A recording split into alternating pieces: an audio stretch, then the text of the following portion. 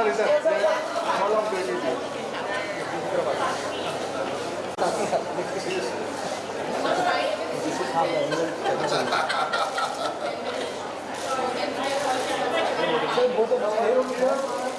of you right. Both of you right. Over here.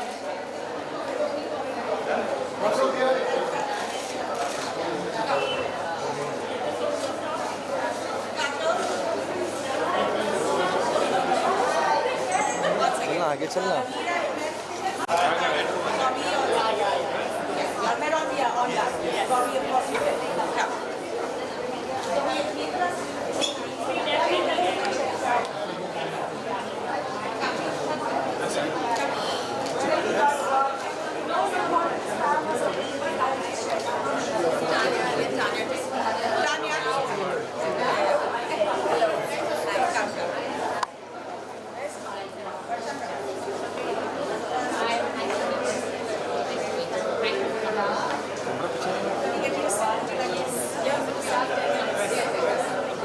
अंदर अंदर चले.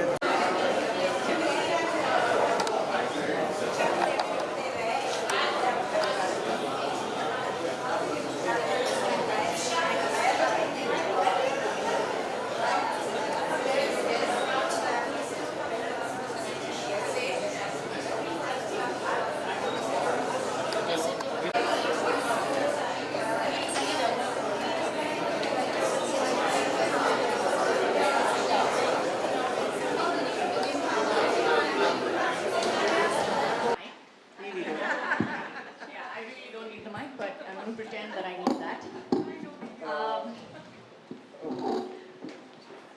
So it's my, what do I say, my awareness of this particular topic started a long time back actually, because I had a hairstylist, and when I was about 18 years old, and she joined me when I was 18, and she was with me for about 10 years. And during that 10 years, she was amazing. She would, she was working with me 24/7, traveling, etc. And I came to know much later, actually. She didn't really tell me for the first 2-3 years that she had a, paraplegic child at home. And it was heartbreaking to watch her, because there was this mother who was constantly worried, constantly organizing,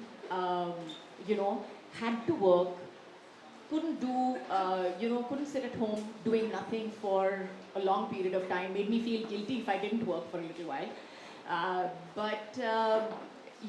It was just watching her day in and day out. And that was really my first, in-depth, close-up view of how much it affects the entire family and society. Actually, the way society looks at them, is what society does to them. And I think that's why when I heard about Gateway, I was so happy to hear about something like that coming up.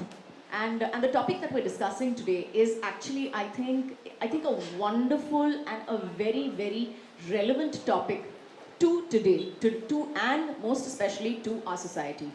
I think the first thing that we want to teach our children is compassion. And we have this world, we have this wonderful world in front of us, which we are looking at. And we see so many things that are right with it, that are wrong with it, that there are so many causes around. But I think the best thing that we could teach our children would be to look at the human being next to you and see it as a human being who deserves a chance at everything, regardless of their color, race, religion, or abilities, for that matter. And that is, yes, exactly. And that's why I'm here today, because I'm hoping that, yes, my 30 seconds are almost up. So, yes, but yeah, I'm hoping that we start a conversation that hopefully will help us make the world a better place for our children to grow up in.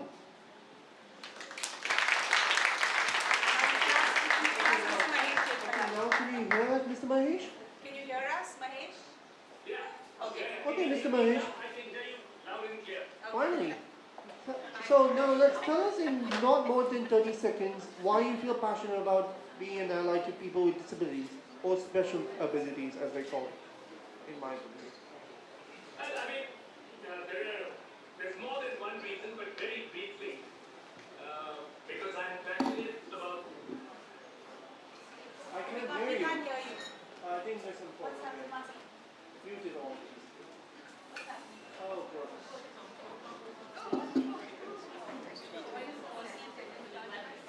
We'll have to wait. Let's put one thing first. Dude.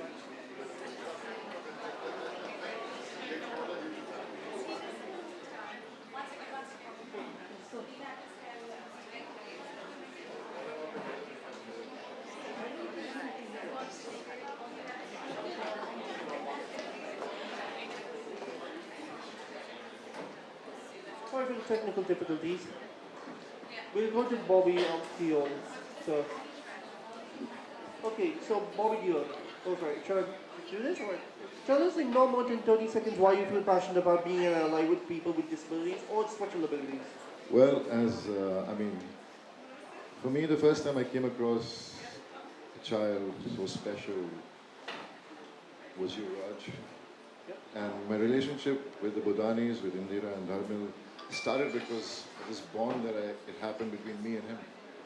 You know, I saw this child and I could see that I could communicate with him because why?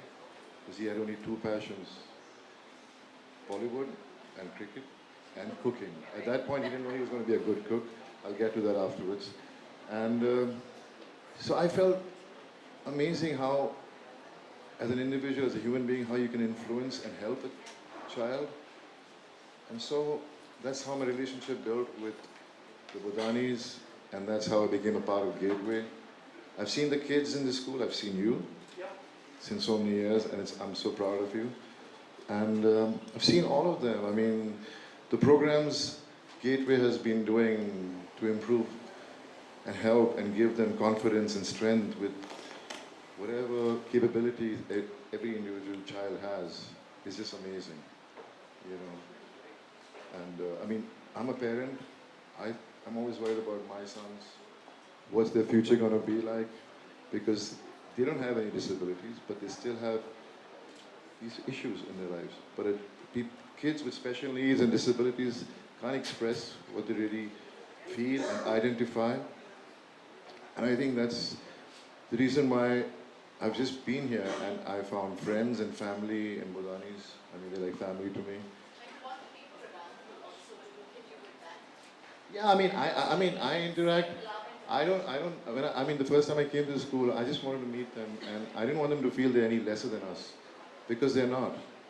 And I think that's the most important thing. If you interact with kids with special disabilities, you have to make them just be normal, you know, because what's wrong with them? Nothing is wrong with them.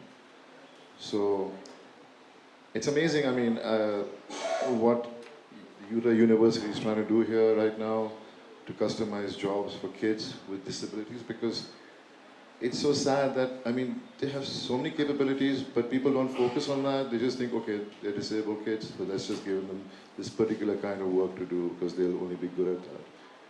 But look at you, you're working for an IT company now. I mean, that's amazing, you know, and Yuvraj, my Yuvraj, I mean, he's an awesome child. I mean, he's such an amazing cook. I remember once I had this special occasion and he baked cookies for me. And I'm not just saying it, but his talent for cooking is amazing. Those cookies were like out of the world. And the other night, I was at Indira and Dharmil's house, and suddenly, you know, he has got this smile on his face. And you know how interactive he's become now? I mean, it's amazing. I've seen him, you know, going through such tough times, you know, having these tempers, and he doesn't know, he's a child, he doesn't know how to express. But now he's calmed down, he's been doing internship, he's been to Starbucks, he's been to other places, he's been to the Muse, and I mean, amazing what you guys are doing. It's seriously very good. And the last, I mean, just a week, 10 days back, my favorite dessert is a creme brulee, and I've never had the best creme brulee, thanks to you, Raj Beta. So it's very important that people understand this and try to contribute whatever they can and be great human beings, you know, because we all human beings, we all have issues. Even us people sitting here, we have issues, you know. I mean, just before we came from home, I'm sure there was something disturbed us or we spoke something rudely to someone, but we are normal, so it's understood as a bad day or a bad mood. But I'm so proud of Indira, seriously. She has given her, she's dedicated her life to this and not without the support of an amazing husband, Dharmil. So I'm really proud that I'm a part of this Gateway School and congratulations Indira and the staff.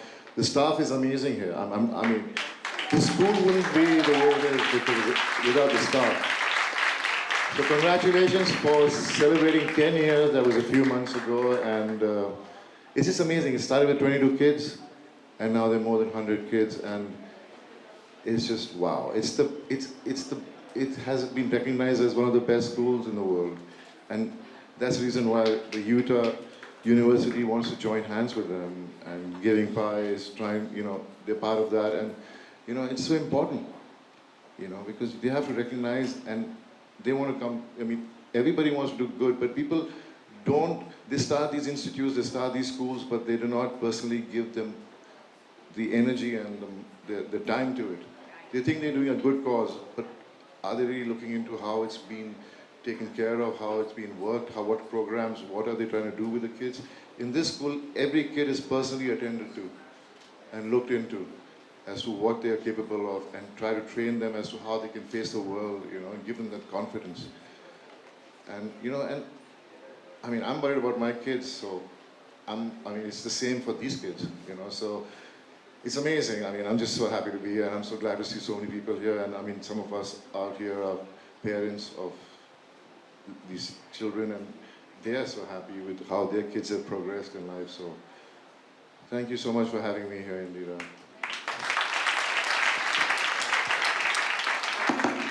Okay, next up is Tim. Tim, you're okay. Next up, Tim, sir. Tell us in not more than 30 seconds why you feel. Myself as an ally from an equity and inclusion perspective. I've been working in this field for 30 years supporting people with disabilities and thinking about how we include people with disabilities. And I still see people being segregated and isolated simply because of their disability and the stereotypes about disability. And we haven't fully supported the full range of opportunities for people with disabilities in their community, in employment, in residential areas. And so I really view my role as an ally to people with disabilities just to promote the idea of equity and inclusion for people with disabilities. Okay, Trisha, your turn. Tell us in not more than 30 seconds why you feel passionate about an ally with people with disabilities or slash special abilities. Thank you. So my passion really comes from, I'm a family member. So I have an aunt and a cousin with varying disabilities. So just kind of growing up in my family, it was something that I was comfortable around. And I don't think I realized the level of segregation or what services or how the system works, because my family members weren't in it in the United States. And so when I went to college and started working directly with people, it really was just my passion. And employment is really that thing that it's an equalizer, right? We typically ask people what they do for a living. And so just wanting people to have that same opportunity to be proud of what they do every day and the joy that I get from work, wanting to help people be able to experience that for themselves is really where my passion comes from. So thanks for having me. Very good. That is working out. Okay, Mr. Sadesh, tell us in not more than 30 seconds why you feel passionate about being an ally to people with disabilities slash special abilities. Warm good evening to everyone.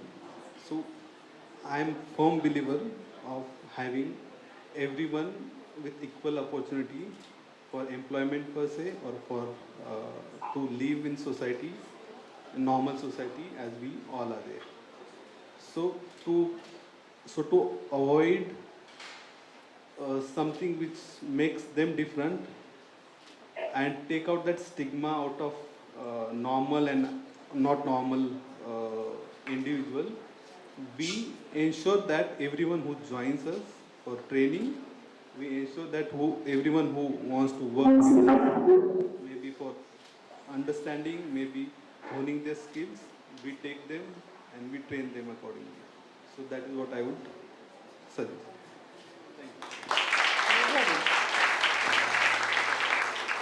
Okay, let's start with round one as an Okay, one icebreaker. second. We're going to try and get Tony on this some bridge. So, you want to just do it for I agree. So agree. I agree. Hello. Yes. Mahesh, sir, as Now ask him the question. Okay. answer the same question again. Is that loud enough? Do I need to be loud? Can you Yeah, now it's loud enough. tell us? It's loud enough. Okay, tell us in no more than 30 seconds about why you feel passionate about being an ally to people with disabilities / special abilities. I was going to say a question. Tell us in not more than 30 seconds why you feel passionate about being an ally with people with disabilities / special abilities. Okay, sir? Mahesh, sir? I think there's a struggle. Okay, never mind. It's gonna be fine. It's gonna be fine. Okay, let's start with round one. Kajol, as a parent, what gaps have you noticed in the education system? Is there a growing awareness to accommodate children with special needs, and what do you think needs to be done differently to address some of the gaps? Sorry, it's called the get with gaps.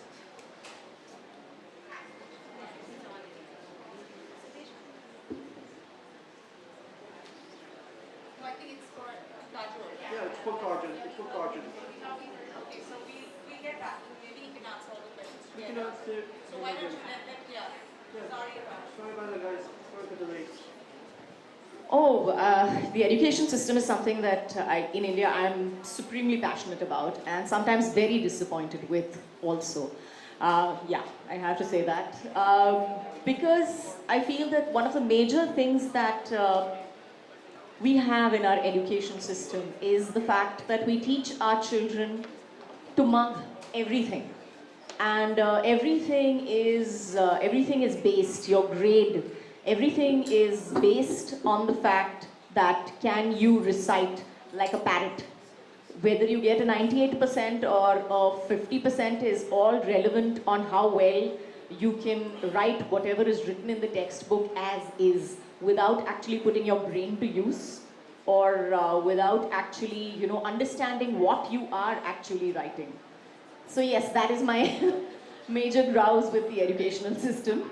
But yes, I think there are lots of things that, so yeah. Thank you for sharing. I'm not finished. Sorry.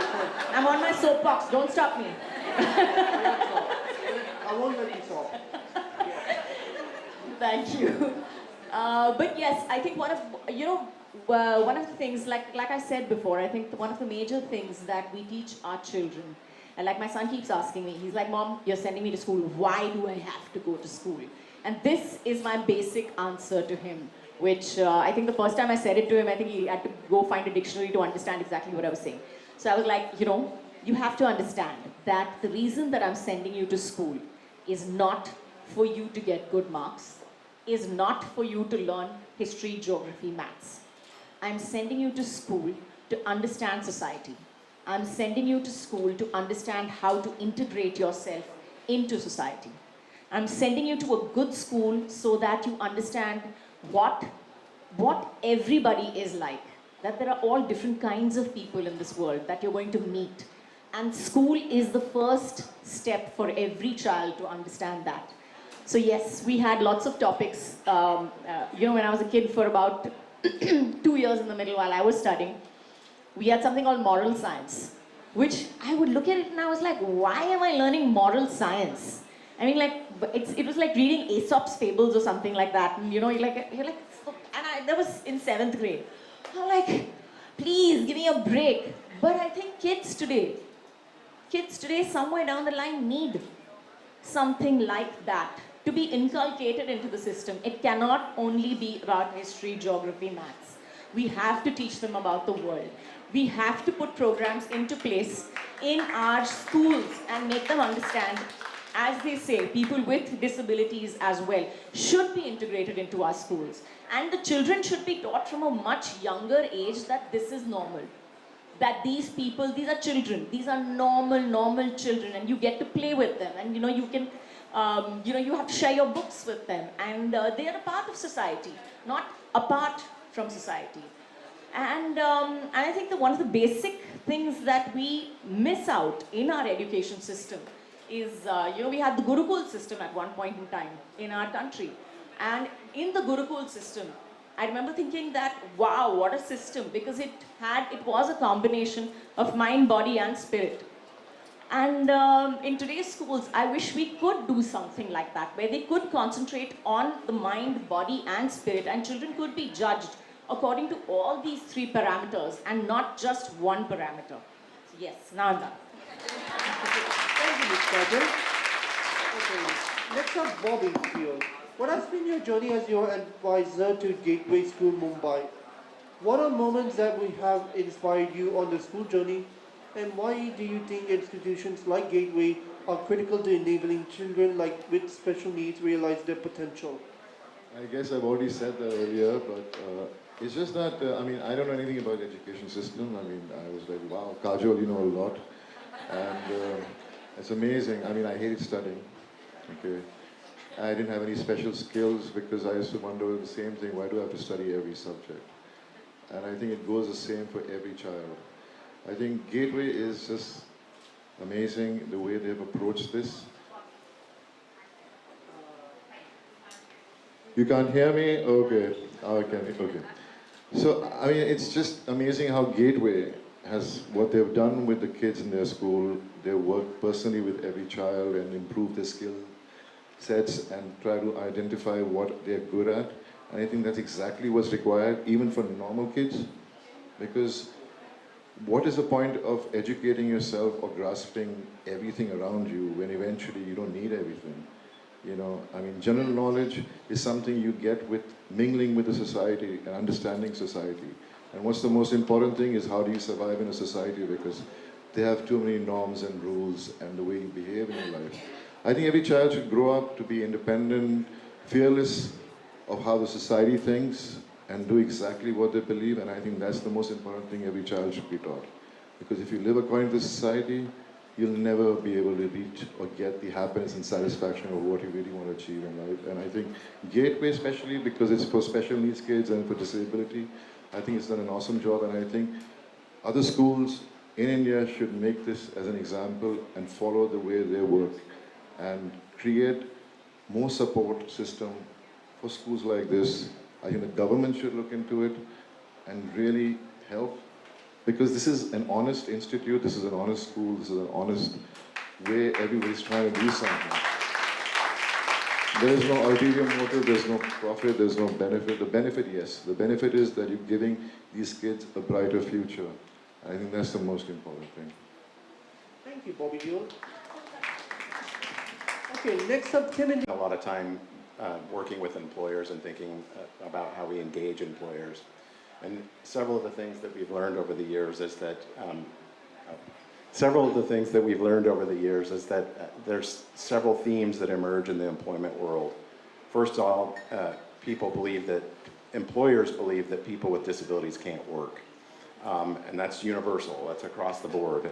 And we know through years of research and years of programs such as supported employment and customized employment that really dispels that myth that people with disabilities can't work. Supported employment was one of the earlier models that we've used to help people with disabilities obtain competitive integrated employment. And what we started to see with supported employment is it was working for a subset of individuals with the disabilities, but oftentimes people with more significant disabilities weren't obtaining jobs. And so that's why we have customized employment, and I think that's what the Gateway School is trying to implement is this idea of customized employment to help support people with more significant disabilities obtain jobs. And we know one of the predictors of maintaining a job for a person with a disability is finding the match and finding an appropriate match. So we match the skills and interests of an individual with a disability to the job. And oftentimes, what happens in the employment world or when we're supporting people with disabilities, we forget about the match. We just want to get a job, and then we start to place people in jobs based off stereotype. So in the United States, we talk about the F jobs for people with disabilities, and these F jobs are what we call fast food, flowers, and filth, meaning we tend to put people in jobs that we think they can do, or those are the only jobs that we can do. And we know through customized employment and supported employment that there's a range of work that people with disabilities can do. Another thing that we kind of see with misconceptions about hiring of people with disabilities is that people with disabilities, and especially people with intellectual developmental disabilities, more significant disabilities, are a liability to the workforce. And we know once again through research over the years that that's just not true. Oftentimes when we train a person with a disability to work in a job that matches his or her skill set, their safety record is often better than those without people with disabilities. So this liability issue is it's a myth that's out there. The second part of the question was, how do we move forward? And some of the misconceptions maybe when we're moving forward, if I recall. Here's something that's very universal. I've worked in different countries thinking about employment, and I think one of the universal truths about supporting people with disabilities, or what people believe about people with disabilities, is that they can't work and that they have low expectations for what people with disabilities can do, and that there's stereotypes about people with disabilities. And I think this really stems from our notion of disability, and I think this is a really important point to stress as we start to think about how we can build employment programs for people with disabilities. And this notion kind of comes from this idea, when we think about disability, we always think it's an us-them paradigm, right? We think, oh, we don't have a disability, and then there are people with disabilities, and we're separate. What we know is that disability is a part of the human condition. It's something that everybody in this room will have at some point. And so I think if we can...